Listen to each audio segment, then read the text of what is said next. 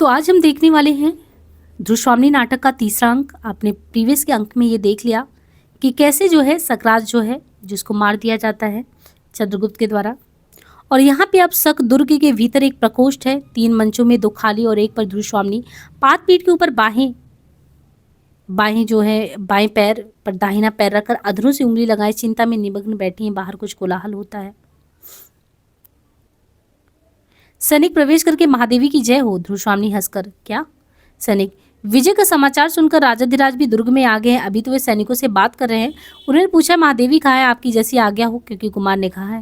ध्रुवस्वामिनी कहती है कि क्या कहा? यही ना कि मुझसे पूछकर राजा यहाँ आने पावे। ठीक है, अभी मैं बहुत थकी हूँ। सैनिक जाने लगता है उसे रोककर। और सुनो तो, तुमने ये नहीं बताया कि कुमार के घाव अब कैसे हैं? सैनिक, घाव चिंताजनक नहीं है, उन पर पट्टियां बच चुकी हैं। कुमार प्रधान मंडप में विश्राम कर रहे हैं। ध्रुवस्वामिनी, अच्छा जाओ। सैनिकों का प्रस्थान होता है। मंदाकिनी सहसा प्रवेश करके, भाभी बधाई। नहीं, उसे लगता है कि हमने भाभी कह दिया, बोल के गलती कर दिया। महादेवी क्षमा कीजिए। ध्रुवस्वामिनी कहती है, मंदा, भूल से ही तुमने आज एक प्यारी बात कह दी। उसे क्या लौटा लेना चाहती हो? यदि वो सत्य होता। इतने में पुरोहित का प्रवेश होता है। मंदाकिनी कहती है, क्या इसमें भी संदेह है? ध्रुवस्वामिनी, मुझे तो संदेह का इंद्रजाल ही दिखाई पड़ रहा है। मैं ना तो महादेवी हो और ना तुम्हारी भाभी। पुरोहित को देखकर चुप हो जाती है। पुरोहित आश्चर्य से इधर उधर देखता हुआ, तब मैं क्या करूं? मंदाकिनी, क्यों, आपका कुछ कहना है आपको क्या? पुरोहित, ऐसे उपद्रव के बाद शांति कर्म होना जरूरी है, इसलिए मैं स्वाध्ययन करने आया था, किंतु आप तो कहती है कि मैं महादेवी ही नहीं हूँ। ध्रुवस्वामिनी तीखे स्वर में, पुरोहित जी, मैं राजनीति नहीं जानती, कि तो इतना तो समझती हूँ कि जो रानी शत्रु के लिए उपहार में भेज दी जाती है वो महादेवी की उच्च पदवी से पहले ही वंचित हो गई होगी। मंदाकिनी, किंतु आप तो भाभी होना भी अस्वीकार करती हैं। ध्रुवस्वामिनी, भाभी कहने का तुम्हें रोग है तो कह लो, क्योंकि इन्हीं पुरोहित जी ने उस दिन कुछ मंत्रों के साथ जो पढ़ा था, उसके बाद कभी राजा से सरल संभाषण करने का तो अवसर ही नहीं मिला। हाँ, ना जाने मेरे किस अपराध पर संदिग्ध चित्त होकर उन्होंने जब मुझे निर्वासित किया, तभी मैंने अपनी स्त्री होने के अधिकार की रक्षा की भीख मांगी थी, वो भी मुझे नहीं मिला, और मैं बलि पशु की तरह अकरुण आज्ञा की डोरी में बंधी हुई यहाँ सकदुर्ग में भेज दी गई। तुम मुझे भाभी कहना चाहती हो तो कहो। मंदाकिनी सिर झुकाकर, यह गहरी और ग्लानि जनक प्रसंग है। पुरोहित कहते, ये सब मैं क्या सुन रहा हूँ? मुझे तो ये जानकर प्रसन्नता हुई थी कि वीर रमणी की तरह आपने साहस के बल पर महादेवी ने इस दुर्ग पर अपना अधिकार कर लिया है। ध्रुवस्वामिनी, आप झूठ बोलते हैं। पुरोहित, मैं और झूठ? ध्रुवस्वामिनी, हाँ, आप और झूठ बोलते हैं, स्वयं आपने ही मिथ्या फैलाया है। पुरोहित हंसकर, क्या आप वेदांत की बात कहती हैं? तब तो संसार ही मिथ्या है। ध्रुवस्वामिनी क्रोध से, संसार मिथ्या है या नहीं ये तो मैं नहीं जानती, परंतु आपका कर्मकांड और आपके शास्त्र क्या सत्य हैं जो सदैव रक्षणीय स्त्री की ये दुर्दशा हो रही है? पुरोहित कहते हैं, यानी जो पंडित होते हैं जिन्होंने रामगुप्त सेन का विवाह कराया था, तो पुरोहित कहते हैं कि मंदाकिनी से, बेटी तुम ही बताओ, ये मेरा भ्रम है या महादेवी का रोष? ध्रुवस्वामिनी कहती है, रोष है। हाँ, मैं रोष से जली जा रही हूँ। इतना बड़ा उपहास धर्म के नाम पर स्त्री आज्ञाकारिता की ये पैशाचिक परीक्षा मुझसे बलपूर्वक ली गई है। पुरोहित, तुमने जो मेरा राक्षस विवाह कराया उसका उत्सव भी कितना सुंदर है ना। ये जनसंहार देखो, अभी उस प्रकोष्ठ में रक्त सनी हुई सकराज की लोथ पड़ी होगी। कितने ही सैनिक दम तोड़ते होंगे, और इस रक्त धारा में तैरती हुई मैं राक्षसी सी सांस ले रही हूँ। तुम्हारा सत्यन मुझे शांति देगा? मंदाकिनी कहती है, अरे आप बोलते क्यों नहीं? आप ही तो धर्म के नियामक है ना। जिन स्त्रियों को धर्म बंधन में बात करूं, उनकी सम्मति के बिना आप उनका सब अधिकार छीन लेते हैं, तब क्या धर्म के पास कोई प्रतिकार, कोई संरक्षण नहीं रहता जिससे वे स्त्री अपनी आपत्ति में अवलंब मांग सके? क्या भविष्य के सहयोग की कोरी कल्पना से उन्हें आप संतुष्ट रहने की आज्ञा देकर विश्राम ले लेते हैं? पुरोहित कहते, नहीं, स्त्री और पुरुष का परस्पर संबंध विश्वासपूर्ण अधिकार, रक्षा और सहयोग का होता है, उसी को तो विवाह कहा जाता है। यदि ऐसा ना हो तो धर्म और विवाह तो खेल है। ध्रुवस्वामिनी कहती है, खेल हो या ना हो, किंतु एक क्लीव पति के द्वारा परित्यक्ता नारी का मृत्यु मुख में जाना ही मंगल है। उसे स्वत्वन और शांति की आवश्यकता नहीं। पुरोहित कहते हैं आश्चर्य से, ये मैं क्या सुन रहा हूँ? विश्वास नहीं होता। यदि ये बातें सत्य हैं, तब तो मुझे फिर से एक बार धर्मशास्त्र को देखना पड़ेगा। उतने में वो जो पंडित हैं वो प्रस्थान करते हैं। मिहिरदेव के साथ कोमा का प्रवेश होता है। ध्रुवस्वामिनी कहती है कि तुम लोग कौन हो? कोमा कहती है, मैं पराजित सक जाति की एक बालिका हूँ। ध्रुवस्वामिनी कहती है और कोमा कहती है और मैंने प्रेम किया था। ध्रुवस्वामिनी तो इस घोर अपराध का तुम्हें क्या दंड मिला? कोमा वही जो स्त्रियों को प्रायः मिला करता है, निराशा, निष्पीड़न और उपहास। रानी मैं तुमसे भीख मांगने आई हूँ। ध्रुवस्वामिनी कहती है शत्रुओं के लिए मेरे पास कुछ नहीं, अधिक हट करने पर दंड मिलना भी असंभव नहीं। मीरदेव दीर्घ श्वास लेकर पागल लड़की हो, अब भी तुम नहीं चलेगी? कोमा सिर झुकाकर मंदाकिनी से। मंदाकिनी कहती तुम चाहती क्या हो? कोमा कहती है रानी तुम भी स्त्री हो, क्या स्त्री की व्यथा ना समझोगी? आज तुम्हारी विजय का अंधकार तुम्हारे शाश्वत स्त्रीत्व को ढक ले, किंतु सबके जीवन में एक बार प्रेम की दीपावली जलती है, जली होगी अवश्य। तुम्हारे जीवन में भी वो आलोक का महोत्सव जरूर आया होगा, जिसमें हृदय हृदय को पहचानने का प्रयत्न करता, उधार बनता और सर्वस्व दान करने का उत्साह रखता। मुझे सकराज का सौ चाहिए। ध्रुवस्वामिनी सोचकर चलो, प्रेम के नाम पर जलना चाहती हो तो तुम उस सौ को ले जाकर जलो। जीवित रहने पर मालूम होता है कि तुम्हें अधिक शीतलता मिल चुकी है। अवश्य तुम्हारा जीवन धन्य है। सैनिक से कहती इसे ले जाने दो। कोमा का प्रस्थान होता है। मंदाकिनी कहती है स्त्रियों के इस बलिदान का भी कोई मूल्य नहीं। कितनी असहाय दशा है। अपनी निर्बल और अवलंबन खोजने वाले हाथों से या पुरुषों के चरणों को पकड़ती है, और वह सदैव ही इनको तिरस्कार, घृणा की भिक्षा से उपकृत करते हैं, तब भी यह बावली मानती है। ध्रुवस्वामिनी कहती है भूल है, भ्रम है ठहर कर, किंतु उसका कारण भी है। पराधीनता की एक परंपरा सी उनकी नस नस में, उनकी चेतना में न जाने किस युग से घुस गई है। उन्हें समझकर भी भूल करनी पड़ती है। क्या वह मेरी भूल नहीं थी? जब मुझे निर्वासित किया गया तब मैं अपनी आत्ममर्यादा के लिए कितनी तड़प रही थी, और राजाधिराज रामगुप्त के चरणों में रक्षा के लिए गिरी, पर कोई उपाय चला नहीं। पुरुषों की प्रभुता का जाल मुझे अपने निर्दिष्ट पद पर ले ही आया। मंदा, दुर्ग की विजय मेरी सफलता है या मेरा दुर्भाग्य, इसे मैं नहीं जा समझ सकी। राजा से मैं सामना करना नहीं चाहती। पृथ्वी तल से जैसे एक साकार घृणा निकलकर मुझे अपने पीछे लौट चलने का संकेत करती है। क्यों? क्या मेरे मन का कलुष है? क्या मैं मानसिक पाप कर रही हूँ? उन्मत्त भाव से प्रस्थान। मंदाकिनी कहती है नारी हृदय जिसके मध्य बिंदु से हटकर शास्त्र का एक मंत्र कील की तरह गड़ गया है और उसे अपने सरल प्रवर्तन चक्र में घूमने से रोक रहा है, निश्चय ही वह कुमार चंद्रगुप्त की अनुरागनी है। इतने में सहसा चंद्रगुप्त का प्रवेश होता है। कौन? मंदा। मंदाकिनी अरे कुमार, अभी थोड़ा विश्राम करते। चंद्रगुप्त बैठे हुए विश्राम? मुझे कहाँ विश्राम, मैं अभी यहाँ से प्रस्थान करने वाला हूँ। मेरा कर्तव्य पूर्ण हो चुका, अब यहाँ मेरा ठहरना अच्छा नहीं। मंदाकिनी किंतु भाभी की जो बुरी दशा है। चंद्रगुप्त क्यों, उन्हें क्या हुआ? मंदाकिनी चुप रहती। बोलो, मुझे अवकाश नहीं। राजाधिराज का सामना होते ही क्या हो जाए मैं नहीं कह सकता, क्योंकि अब यह राजनीतिक छल प्रपंच मैं नहीं सह सकता। मंदाकिनी कहती किंतु उन्हें इस असहाय अवस्था में छोड़कर आपका जाना क्या उचित होगा? और चुप रह जाती चंद्रगुप्त। और क्या? वह क्यों नहीं कहती हो? मंदाकिनी तो क्या उसे भी कहना होगा?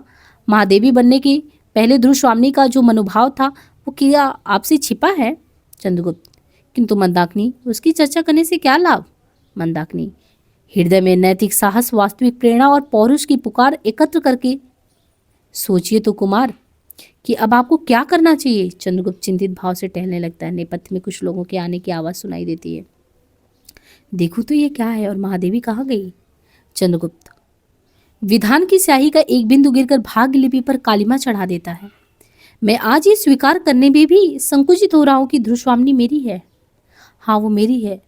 उसे मैंने आरंभ से ही अपनी संपूर्ण भावना से प्रेम किया। मेरे हृदय की गहन अंतःस्थल से निकली हुई एक मूक स्वीकृति है आज बोल रही है मैं पुरुष हूँ। नहीं, मैं अपनी आंखों से अपना वैभव और अधिकार दूसरों को अन्याय से छीनते देख रहा हूँ, और मेरी वाग्दत्ता पत्नी मेरी ही अनुत्साह से आज मेरी नहीं रही। नहीं, यह सील का कपट मोह प्रवंचना है। मैं जो हूँ वही तो नहीं स्पष्ट रूप से प्रकट कर सका। ये कैसी विडंबना है। विनय के आवरण में मेरी कायरता अपने को कब तक छिपा सकेगी। एक ओर से मंदाकिनी का प्रवेश।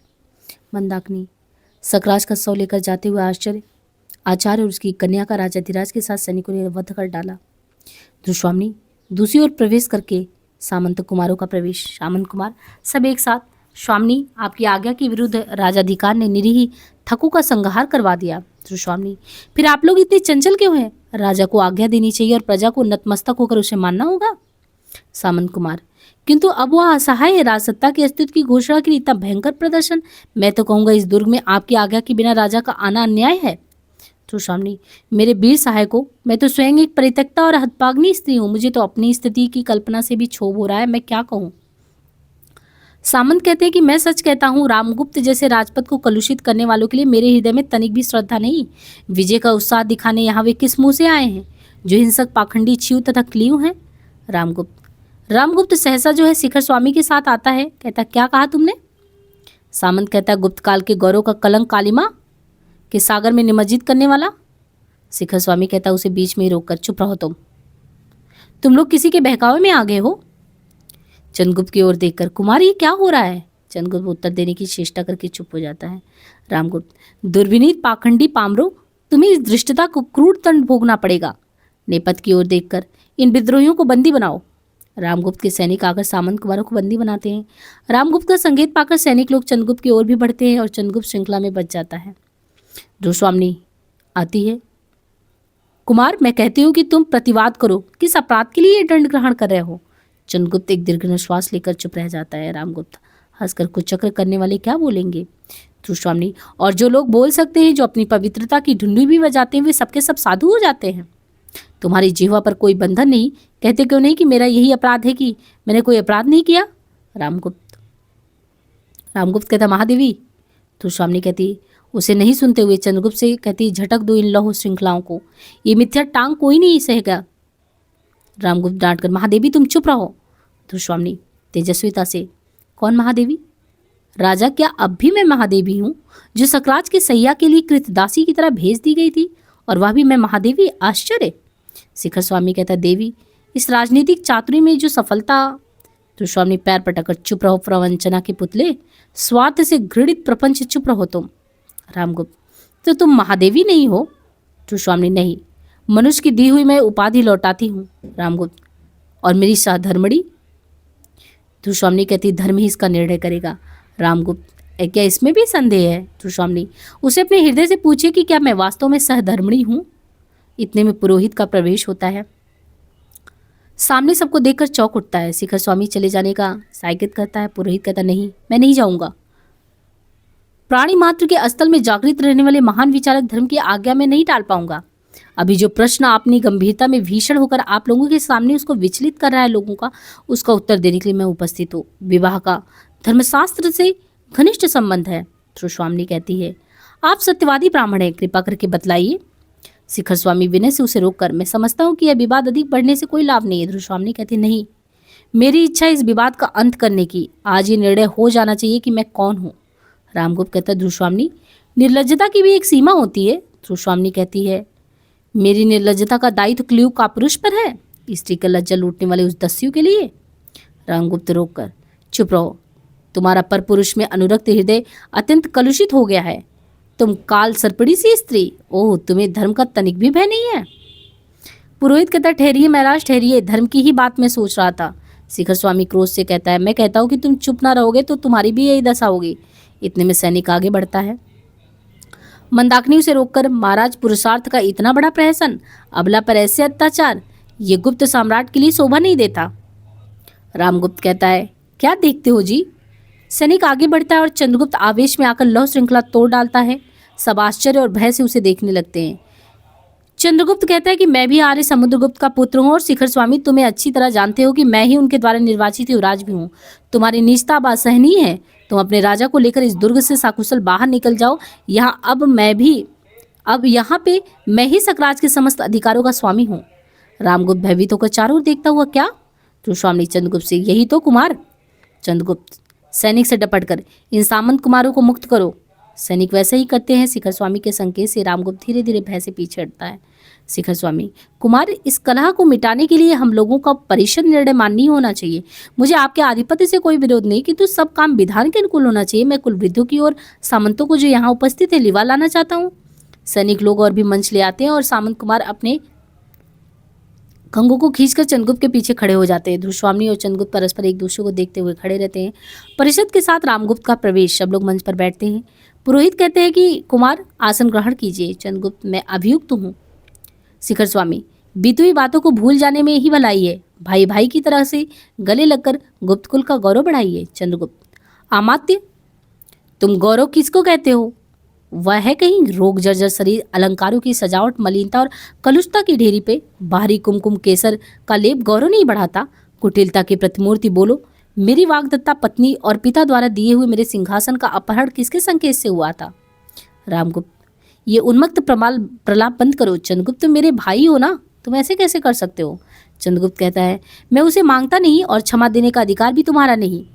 आज तुम राजा नहीं हो, तुम्हारे पाप प्रायश्चित की पुकार कर रहे, न्यायपूर्वक निर्णय के लिए प्रतीक्षा करो और अभियुक्त बनकर अपने अपराधों को तो सुनो। मंदाकिनी कहती है ध्रुवश्रामणी को आगे खींचकर, यह है गुप्त कुल की बधू। रामगुप्त, मंदा? मंदाकिनी कहती है, राजा का भय मंदा का गला नहीं घोट सकता। तुम लोगों को यदि कुछ भी बुद्धि होती तो इस अपनी कुल मर्यादा नारी को शत्रु के दुर्ग में यो नहीं भेजते। भगवान ने स्त्रियों को उत्पन्न करके ही अधिकारों में वंचित नहीं किया है, किंतु तुम लोगों की 10वीं वृत्ति ने उन्हें लूटा है। इस परिषद से मेरी प्रार्थना है कि आर्य समुद्रगुप्त का विधान तोड़कर जिन लोगों ने राज किलविश किया है उन्हें दंड मिलना चाहिए। शिखर स्वामी कहता है, तुम क्या कह रही हो?